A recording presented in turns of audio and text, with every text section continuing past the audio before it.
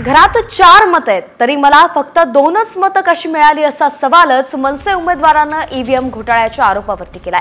दहिसरचे मनसे उमेदवार राजेश येरुळकर यांनी ईव्हीएम घोटाळ्याचा आरोप केलाय। माझी आई, मुलगी, पत्नी आणि स्वतः मी एवढे आम्ही एकाच घरात मतदार आहोत, तरीही मला 2च मतं कशी मिळाली असा सवाल करत राजेश येरुळकर यांनी ईव्हीएम वरती शंका व्यक्त केली आहे। फॉर्म नंबर 17C आणि ईव्हीएमचा सिरियल नंबर सुद्धा मॅच होत नाहीये।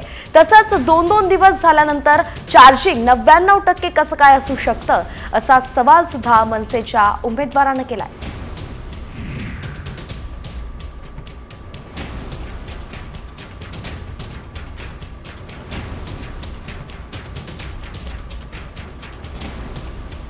प्रत्येक मशीनचा जो चार्जिंग असते तर काही मशीनचं चार्जिंग 99%, काही मशीनचं चार्जिंग 70%, काहीचं 60%।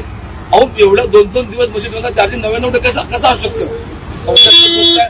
सगळ्यात मोठी गोष्ट, मी जिथे राहतो माझं घर, माझ्या घरात 4 मतं, माझी आई, माझी मुलगी, माझी पत्नी आणि मी, तिथे आम्हाला काही 2च मतं। म्हणजे माझ्या आईने किंवा माझ्या पत्नीने किंवा माझ्या मुलीने मला मतदान केलं नाही, मी स्वतःला मतदान केलं नाही, अशा प्रकारचा सगळं आतमध्ये घोळ आहे।